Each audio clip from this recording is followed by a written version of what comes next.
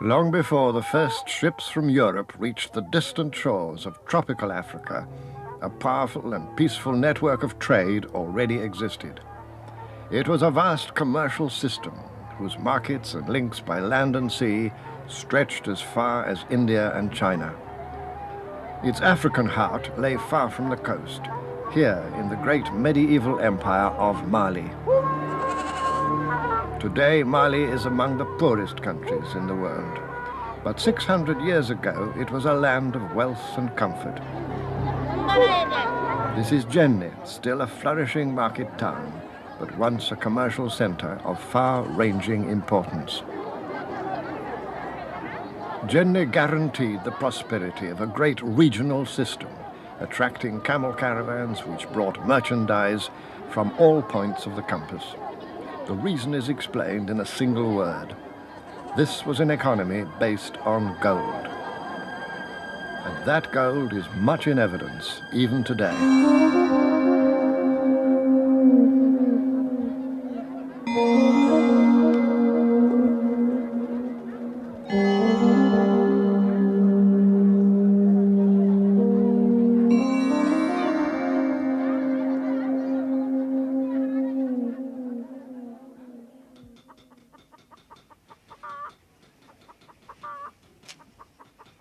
The fascinating story of the caravans of gold may be unknown or quite forgotten in the outside world, but here in Jenne it's a story that remains vividly alive. Even a little side street of this ancient city, once part of the great empire of Mali, can afford a glimpse of rich traditions from the past. The fine jewelry of his craft still reflects the brilliance of the golden trade of old West Africa.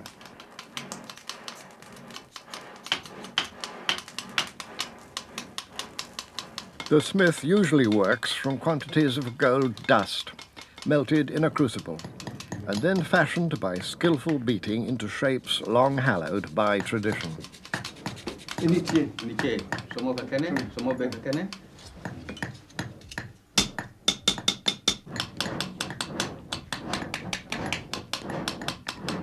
The design of these earrings may reflect the art of the individual craftsman, but it never strays too far from the recognized styles preferred by the different peoples of the region, Bambara, Mandinka, Soninke, and others.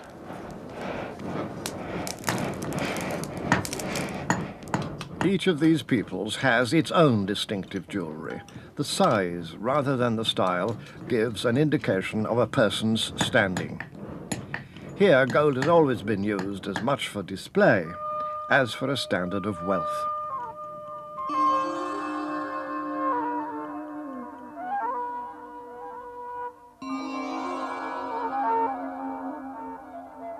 By about AD 1250, the oldest goldfields along the upper reaches of the Niger River to the west of Jenne were becoming exhausted. But to the great advantage of trading towns like Jenne, a new source of gold began to be developed. Rich quantities of gold now came from the country to the south, today part of the modern Republic of Ghana. This development brought power and wealth to the forest people, and in due course to those of the kingdom of Ashanti.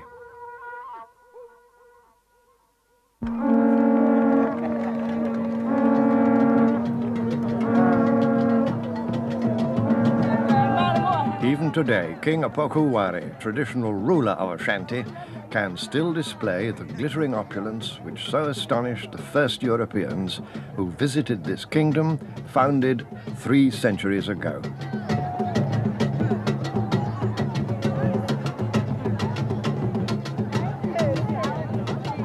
The Ashanti use of gold is lavish and extraordinary, and it reflects the golden wealth of the grand empires of Western Africa in the Middle Ages.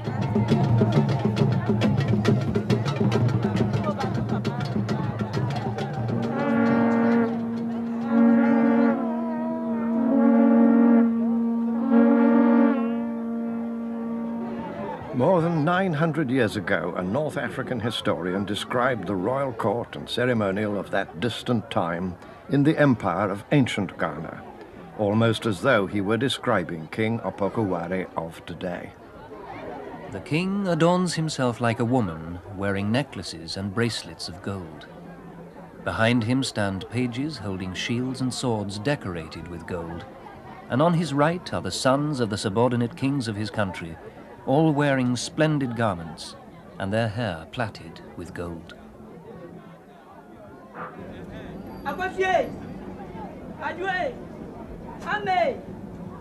Today, most of the king's political power has gone. But in accordance with tradition, the king still has the right to promote his subordinate chiefs to higher ranks. These chiefs, as on similar occasions in the past, come forward one by one to reaffirm their loyalty and offer royal praises.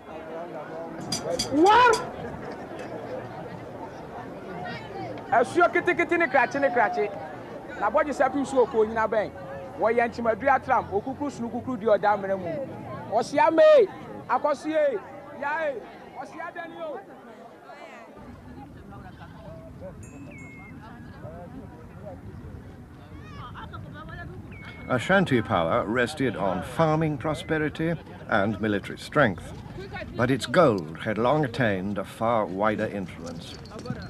By a fortunate blessing, the majestic Niger, called by its people the River of Singers, lay to the north.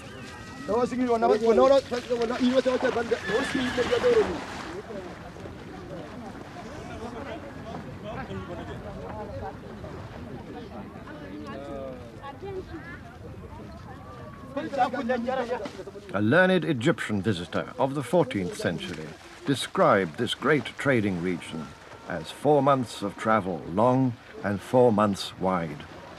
The Mali Empire was, in fact, among the biggest trading systems in the world, with its roots in the gold of Western Africa.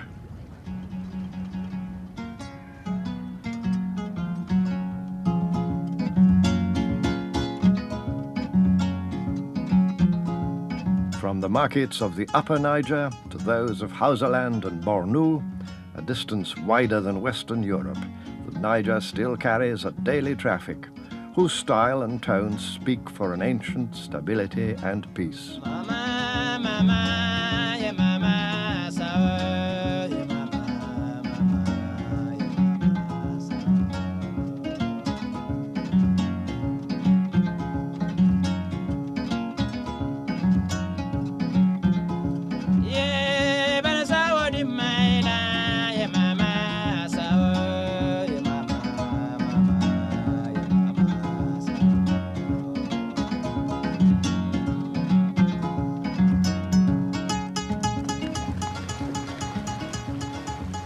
Gold here was always important, but nobody can eat gold. The Niger has always provided fish in abundant quantities, and that's a vital source of protein in a local diet based largely on cereals.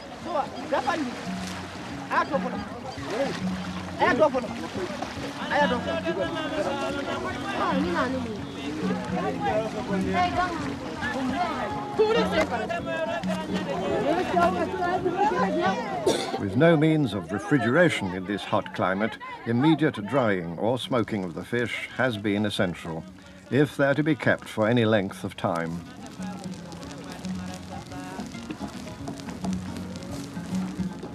By custom, this work is done by women, who usually share the profit on a family basis.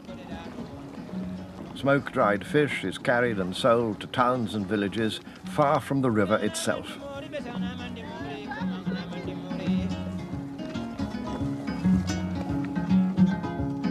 A day's journey from Jenne, downstream along this broad river highway, traders reach Mopti, nowadays the biggest market along this section of the Niger.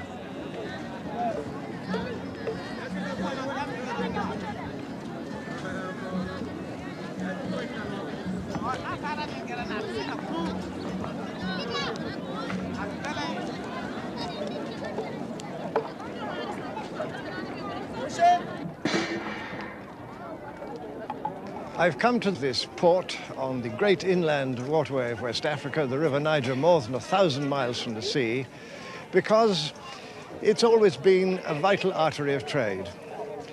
And in this port and others like it, the wealth of this vast inland region arrived and departed fashionable cottons from Hausaland, tusks of ivory from grassland hunters, kola nuts from the forests of the south, foods in bulk such as sorghum, bars of iron, bars of copper, and most precious of all, the biggest underlying standard of trading value, gold. The women wear their immensely valuable regalia in perfect safety.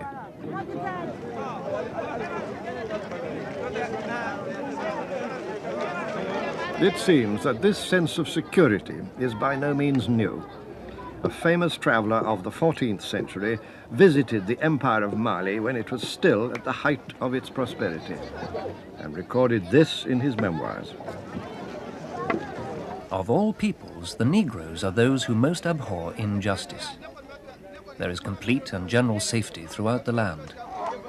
The traveller here has no more reason than the man who stays at home to fear brigands, thieves, or ravishers. The man who wrote those words was a travelling scholar from Morocco named Ibn Battuta. And fortunately for us, his memoirs have survived, recalling much of the vivid detail of West Africa as it was 600 years ago. Here is his description of Mali's imperial court. On certain days, the Sultan holds audiences in the palace yard, where there is a platform under a tree. It is carpeted with silk, and over it stands an umbrella which serves as a kind of silken pavilion surmounted by a bird in gold. On his head, the Sultan wears a golden skull cap. His usual dress is a velvety red tunic made out of costly European fabrics. The Sultan is preceded by musicians who carry gold and silver guitars, and behind him come 300 armed slaves.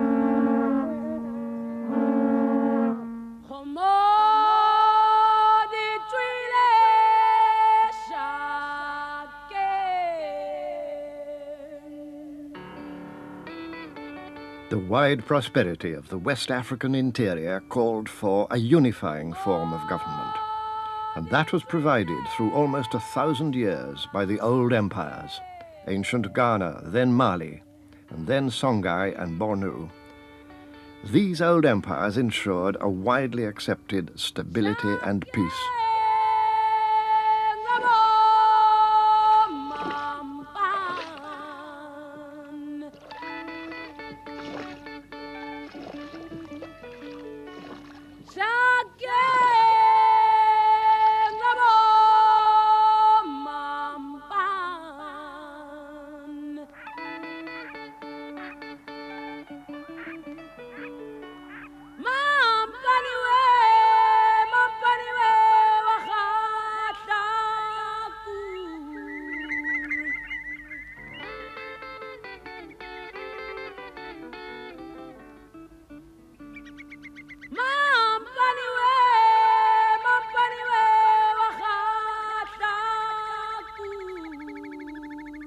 Word about the wealth of these lands got out in time even to distant Europe.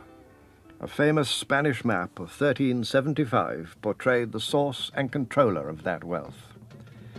While the outline of North Africa was already known, the map gave Europe for the first time pictorial news of the far interior.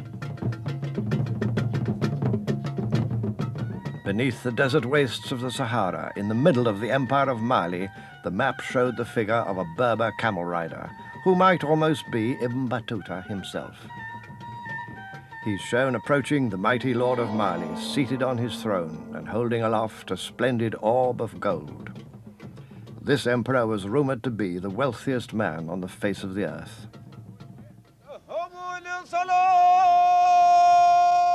In 1324, an earlier emperor of Mali, Kankan Musa, was returning from a pilgrimage to Mecca. Eager to enhance the prestige of Islam, he decided to convert his trading city of Timbuktu into a center of learning and religion. At the heart of this Islamic city, Emperor Musa built a mosque that set a new style in West African architecture.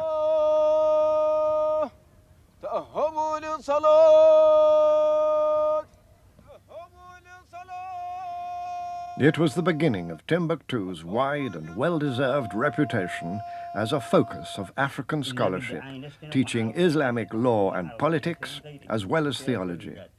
Writing soon after 1500, a visitor from Spain set down his impressions.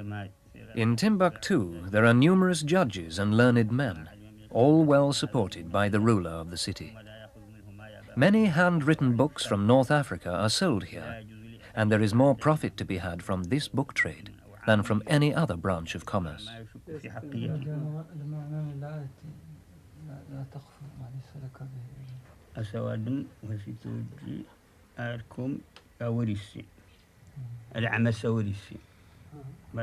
Based on the written word, the teachings of Islam brought to these lands a new literacy, still very much alive today.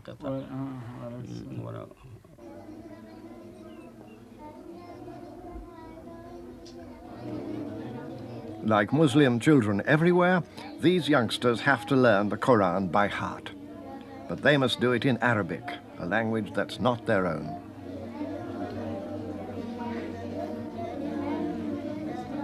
It was and is a stern training, an old-fashioned discipline, not intended to be fun.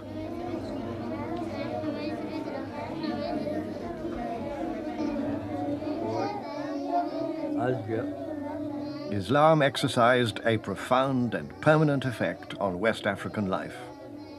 Through the influence of Islamic scholars, this great region became an intellectual part of a wide world across many frontiers.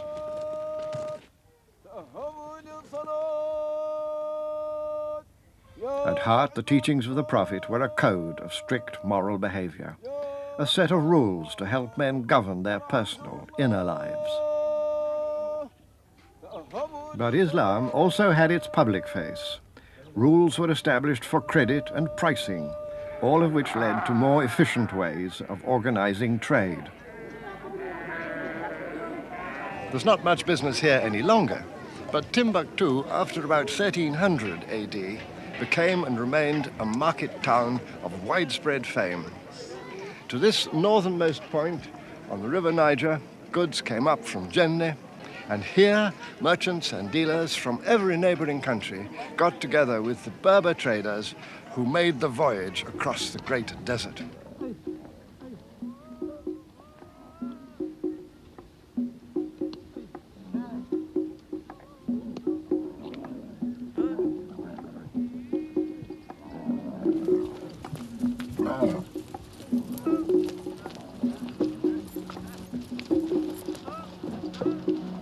For me, this is one of Africa's truly dramatic scenes, just because it shows a crucial link in Africa's historical development. Even now, on certain days, you can walk out from Timbuktu and glimpse the inner drama of trans-Saharan trade.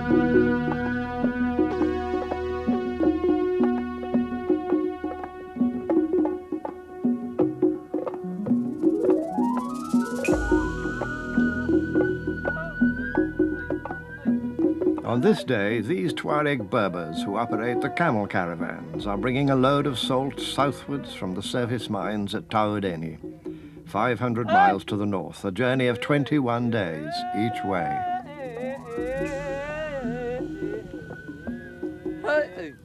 And on their journey northward, in the heyday of the old prosperity, they also carried gold.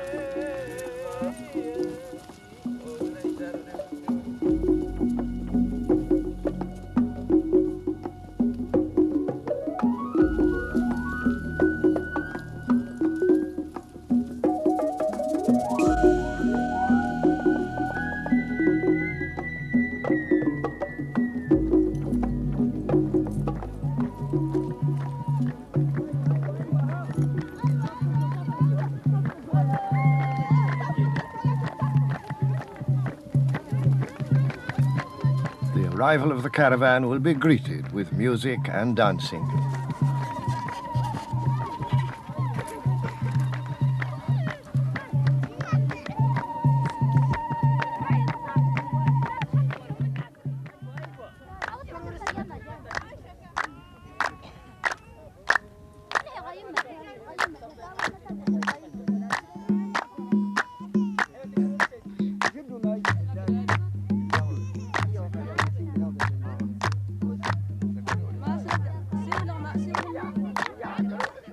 Against the background of their harsh environment, the Tuareg travelers of the desert have created a musical culture full of elegance.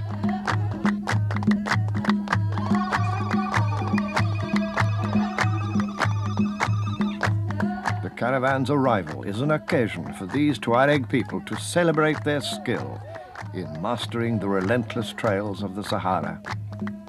And there's joy and relief at having reached another journey's end.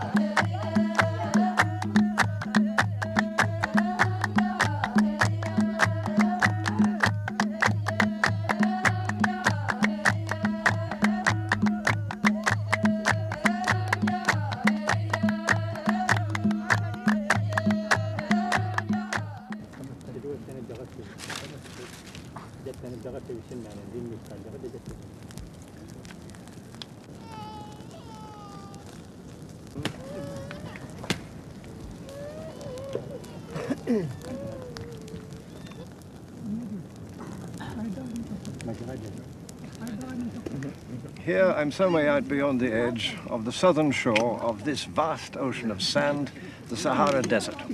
And these are the people of the desert, the Tuareg, a hard people who live in a hard land, not a bit romantic in spite of appearances. Today's descendants of the Berber nomads, who in ancient times mastered the secrets of human survival in the desert and made themselves at home here. Immensely self-reliant, persevering, they became the lords of the long-distance caravan trade long before the camel was known in these regions, and that was 2,000 years ago. I like to think of the crucial part played by these voyagers, always facing the perils of the desert, traveling through weeks and months, navigating by guess or by intuition, or else navigating by the stars.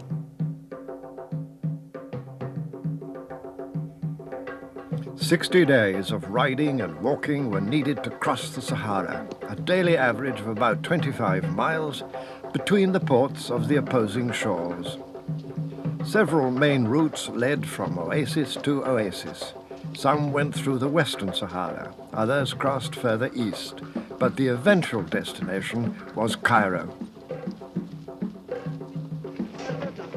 Almost a generation ago, this film was made of a typical caravan as it came out of the desert through the Atlas Mountains to arrive at Marrakesh, famous among the ports or cities on the northern fringe of the Sahara.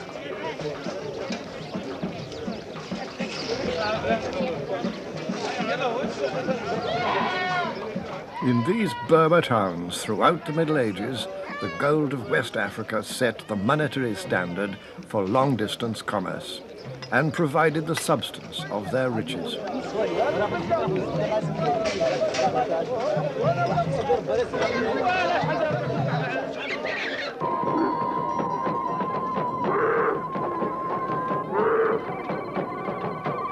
It's the end of Ramadan, a time for celebration.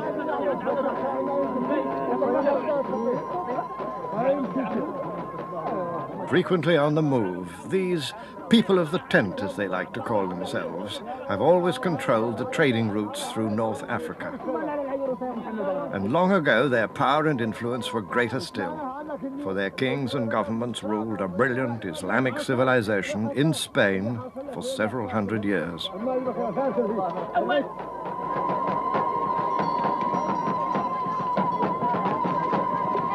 But mostly the Berbers were given to the pleasures of small wars amongst themselves, of which they never seemed to tire.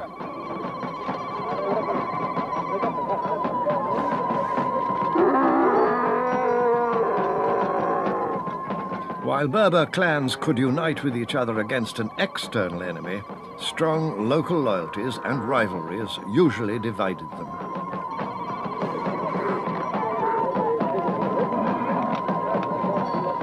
The power they once wielded can still be caught on ceremonial days like this, when all their fiery pride is on display.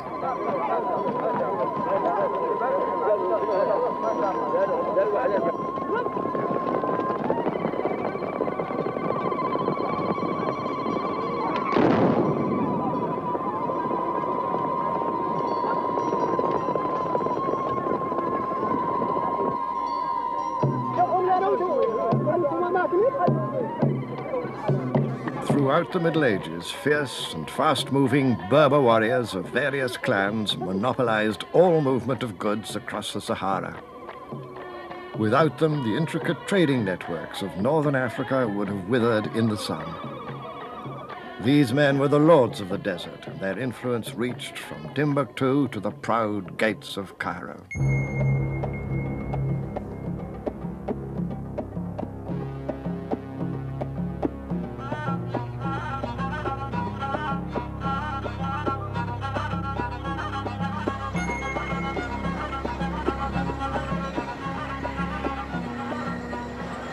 This is the gate of Old Cairo, opening to the south and west, the Bab el-Zawela, a superb structure built 900 years ago.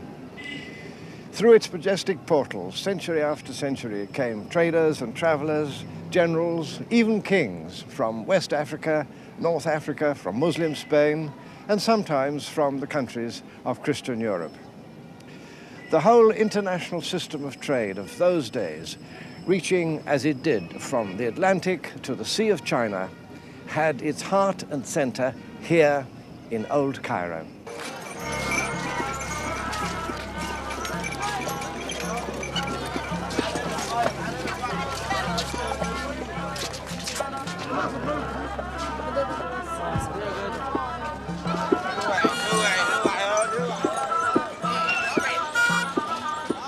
City of Islam since the 7th century, Cairo entered a long period of prosperity and power when the sultans of northwest Africa, known as the Fatimid dynasty, moved east from Tunis and established here a new capital. Under the Fatimid sultans, Cairo became a remarkably rich and tolerant city, renowned for its spending on art and scholarship and dominating the commerce of half the world. Ibn Khaldun, a great North African historian, has left us a description of the city he knew as it was at the end of the 14th century. Cairo is the metropolis of the universe, the garden of the world, the gateway of Islam, the throne of kings. A city of castles and palaces, lit by the moons and stars of erudition.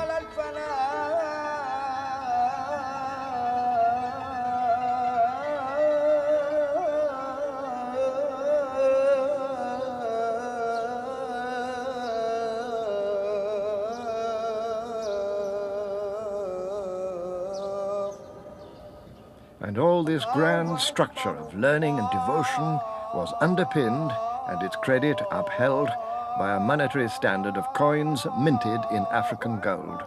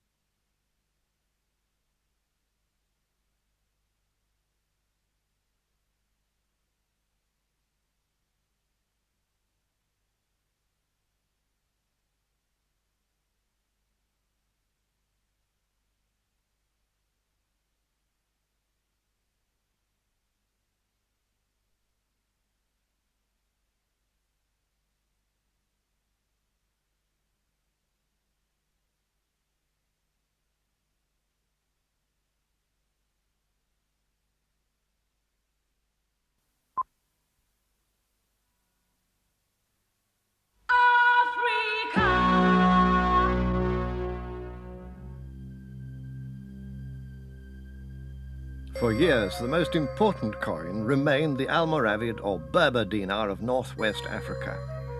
Then Europe, emerging from its poverty in the Dark Ages, became at last able to pay for the import of African gold. Florence minted the first European gold coins since Roman times. Other cities followed, and new gold currencies appeared in Spain and the Netherlands, France and Portugal. A new era in commercial development had begun, laying foundations for Europe's supremacy in trade and industry. The new monetary standard moved north as far as England, where a series of gold coins were to culminate in the famous Golden Guinea of Charles II, minted, like all the others, in gold from West Africa, symbolized by an elephant.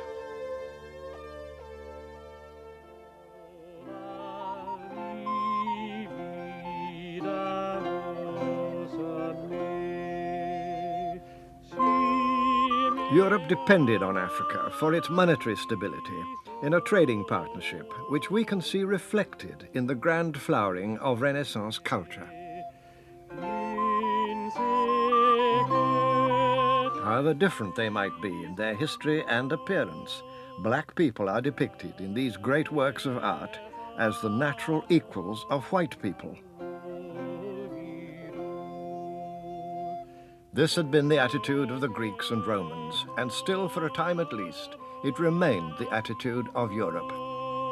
In that ever-surprising new dawn of the Renaissance, the essential unity of mankind was not in question.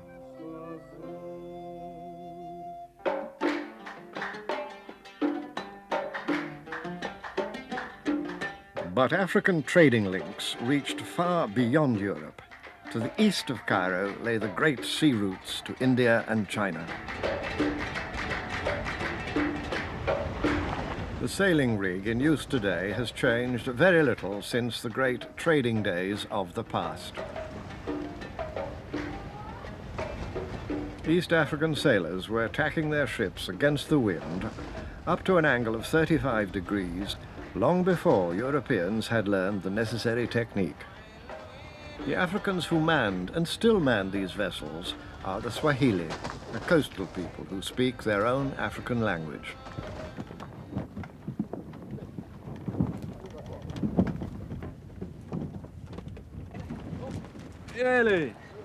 These mariners were at home on the highways of the sea, just as in West Africa the camel caravans traversed the Saharan ocean of sand. So did the ships of the Swahili traverse their ocean of water. Once again, this time in the east, linking the African interior with the markets of the world.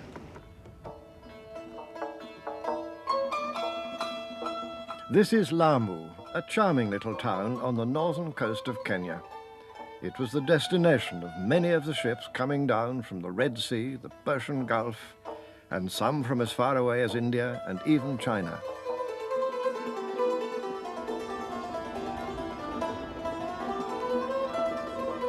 They timed their voyages to take advantage of the seasonal monsoon winds which blow back and forth between the Swahili coast and northern India.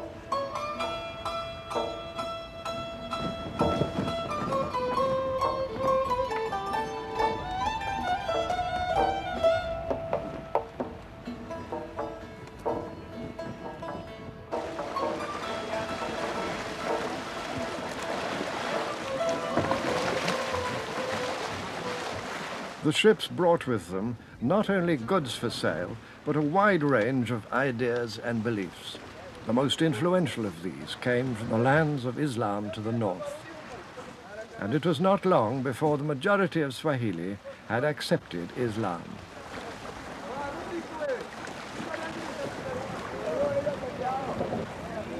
In spite of this northern influence, much of their culture has remained distinctly and uniquely Swahili, and it has kept its own identity.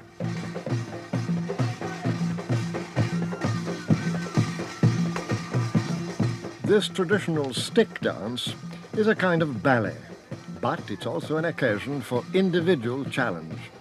And that's very much an element in the culture and character of the Swahili. Although the cities of the Swahili in their heyday had a common interest in trade, each of them preferred to stay on its own. They liked to compete against each other, as these men in this stick dance, but had no interest in territorial conquest.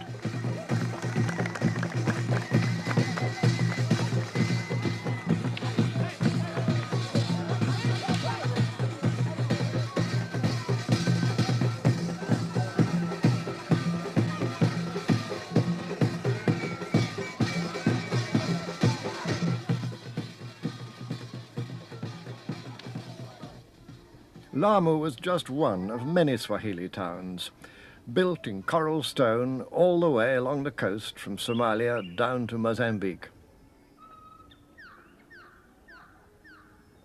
The domestic architecture of Lamu has been no mere copy of the styles of Arabia or India.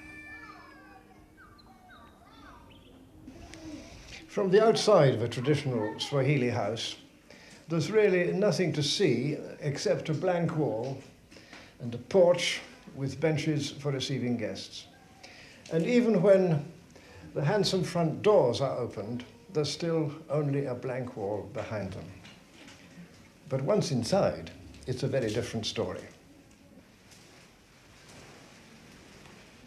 600 or 700 years ago, when houses like this one first began to be designed and built by Swahili architects for leading men and merchants, there were few houses anywhere else in the world so well designed for comfortable city life.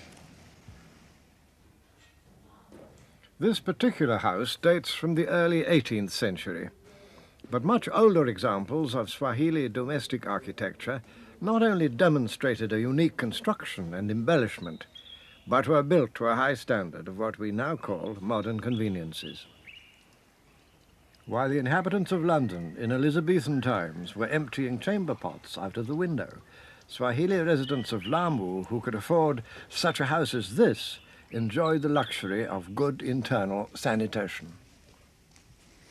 These old Swahili houses spell out for us the basic aims that guided the architects in their design: to make the best possible use of local materials, finely plastered coral stone, necessarily short rafters of mangrove tree poles, and then to ensure a high level of domestic privacy, and not least to show off and guarantee the creditworthiness of the owner, so essential in a community whose livelihood always depended on the profits and the risks of long-distance trade. Lamu is nowadays the best preserved of the old Swahili coastal towns, but it was by no means the most important.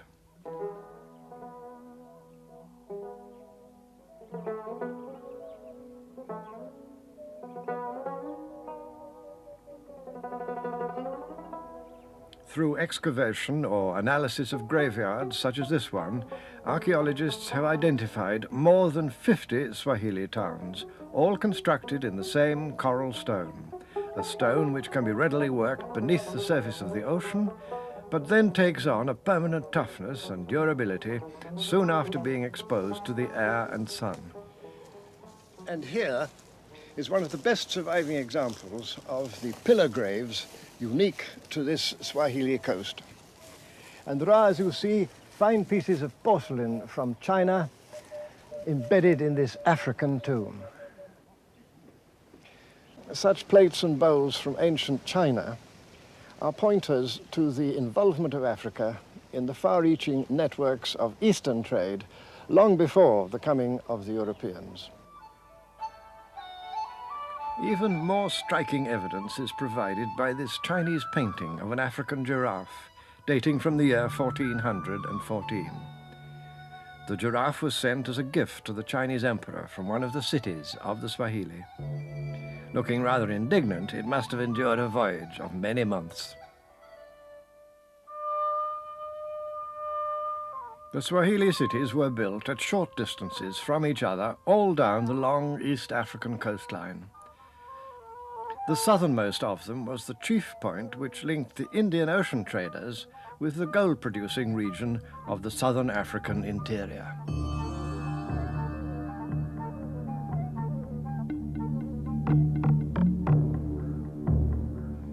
On this high and fertile plateau, a flourishing civilization had developed, which, like the kingdoms of West Africa, played a decisive role in the trading patterns of the Middle Ages.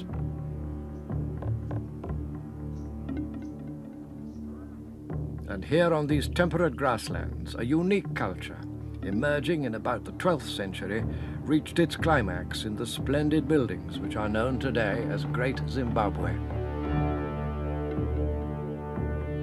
Efforts to recapture the essence of Great Zimbabwe culture were undermined a century ago by treasure-seeking Europeans.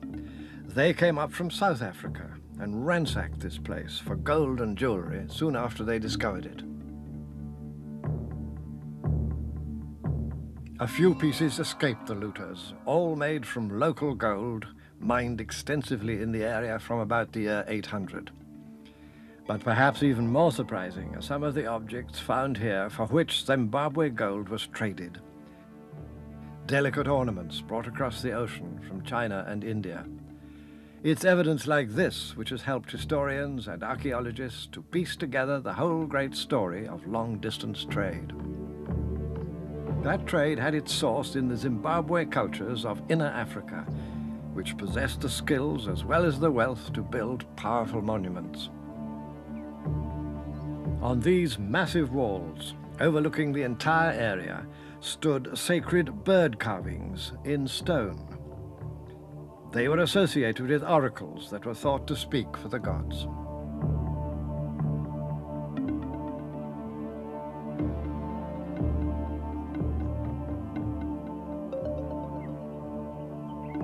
The religious heart of Great Zimbabwe stood on a hilltop commanding the surrounding countryside.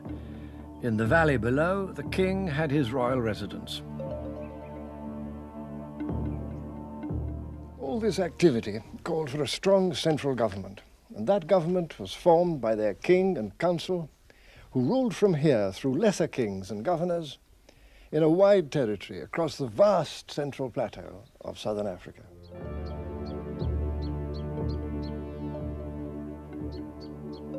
Even now, these mighty walls make an irresistible claim to political power and achievement. 17 feet thick in places and 800 feet in length, they're as big and impressive as a great cathedral.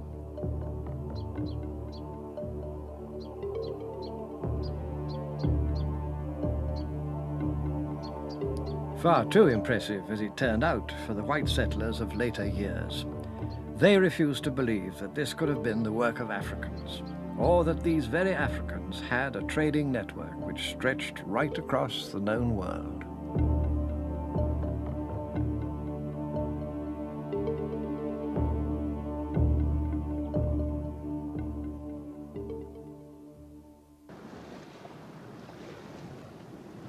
And far down the East African coast, on this most distant link in the old trading network, there lies hidden the last of its surprises.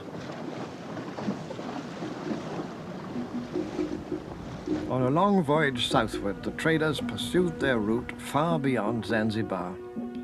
There they approached what was once the most important and famous of all the Swahili trading cities. This was Kilwa, on an island close by the coast of modern Tanzania.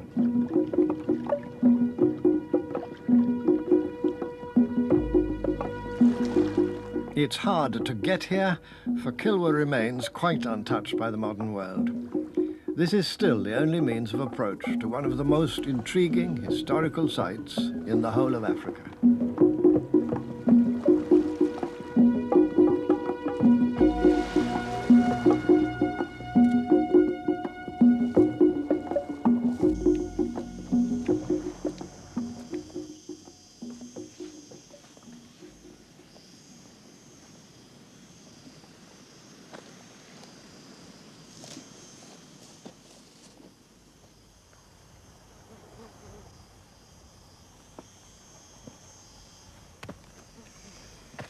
Surprising as it must seem, up these steps some 600 years ago came visitors from all the countries of the Golden East, ambassadors, merchants, soldiers, mariners. And what they saw, spread out before them as they reached the top, was a scene, a sight of remarkable and even unique splendor. But ruin struck long ago. Rising to great commercial wealth in about the year 1200, Kilwa was once a place of comfort and urban splendor. Its royal palace, one of the grand buildings of Islamic and Swahili culture, as portrayed in this accurate archaeological reconstruction. Here was one of the high points of civilized development promoted and sustained by Africa's trading networks.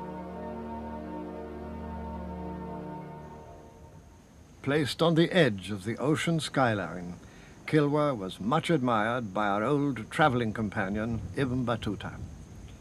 He came here in 1332 and remembered Kilwa as one of the most handsome towns he'd seen in all his travels.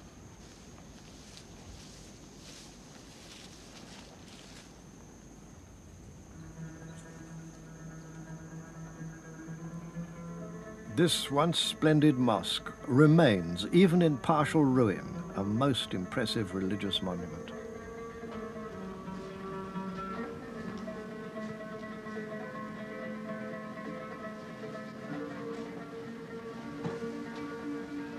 Here on the distant fringe of the world of Islam, the African citizens of Kilwa honored their membership of that world with a taste and craftsmanship distinctively their own.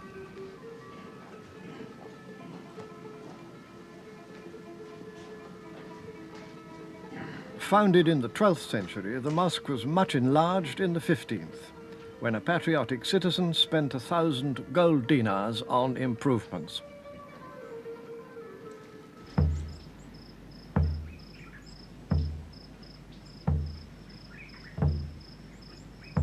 Very soon after, in the year 1498, an event took place which was to lead not only to the ruin of Kilwa, but in due course to the destruction of the Swahili trading network all along the coast. In that year, for the first time in history, 3 small Portuguese ships under the command of Vasco da Gama sailed round the Cape of Good Hope and into the Indian Ocean. The European incursion had begun. Returning home, Vasco da Gama reported what he'd seen. And just 7 years later, a much larger and more menacing fleet appeared on the horizon. A German eyewitness called Hans Meyer has left an account of what took place. Admiral d'Almeida came here with 14 men of war and 6 caravels. He ordered the ships to have their artillery ready. At dawn on Thursday, the 24th of July, all went into their boats to the shore. They went straight to the palace, and only those inhabitants who did not resist were granted their lives. At the palace, the Holy Cross was put down, and Admiral d'Almeida prayed. Then, everyone started to plunder the town of all its merchandise and provisions.